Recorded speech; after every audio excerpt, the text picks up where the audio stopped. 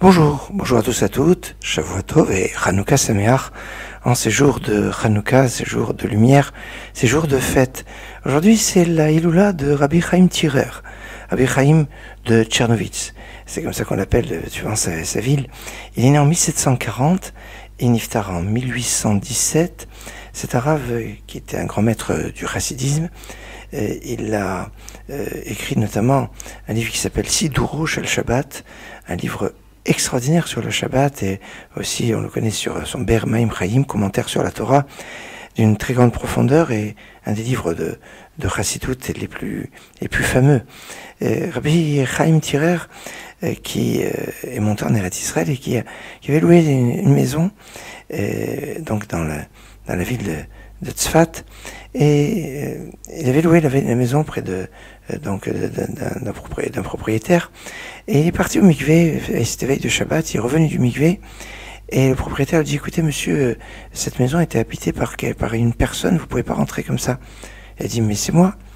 Il n'avait pas reconnu le Rav Tirer, le Rav Chaim de Tchernowitz, après son passage au mikvé, au bain rituel, la veille de Shabbat, et tellement il était transporté, tellement il était transformé. On retrouve ce principe de visage qui est transformé et qu'on ne remarque pas forcément à propos du mariage, parce que quand on doit faire les bénédictions des Sheva Brachot, bénédictions de mariage, dans les 7 jours qui suivent le mariage, quand on est attablé avec le marié et la mariée, eh bien il faut qu'on ait panim chadashot, des personnes qui ont un nouveau visage, enfin, c'est-à-dire des nouvelles personnes qui n'ont pas mangé avec les mariés depuis le mariage. Et puis, mais quand on est le Shabbat, on n'a pas besoin. Pourquoi? Parce que le Shabbat, toute personne a un autre visage. On est d'une autre dimension le jour du Shabbat.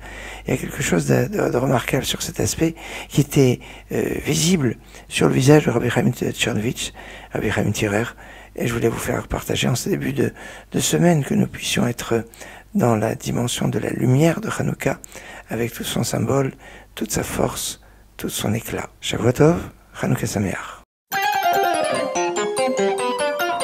ימי החנוכה, חנוכת מקדשנו, בגילו ושמחה ממלאים את ליבנו, לילה ויום סביבוננו ייסוד, סופגניות נאכל בם לרוב. העירו, הדליקו, נרות חנוכה רבים, על הניסים ועל הנפלאות אשר עשה השם למכבים, על הניסים ועל הנפלאות אשר עשה השם למכבים.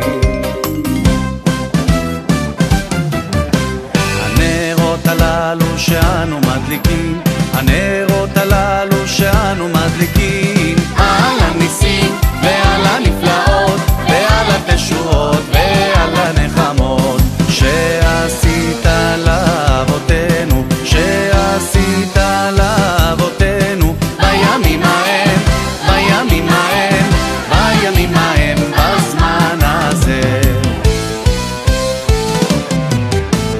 על הניסים ועל הפורקן ועל הגבורות ועל התשועות ועל הנחמות שעשית לאבותינו בימים ההם, בזמן הזה.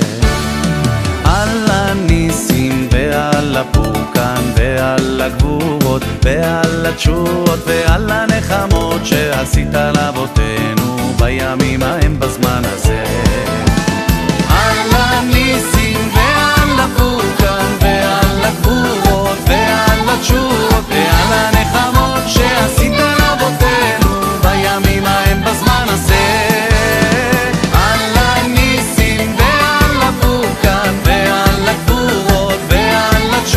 ועל הנחמות שעשית לאבותינו בימים ההם, בזמן הזה. יוונים נקבצו עליי, אזי בימי חשמנים, ופרצו חומות מגדלי וטימו כל השמנים, ומינות ארכנקנים נעשה נס לשושנים.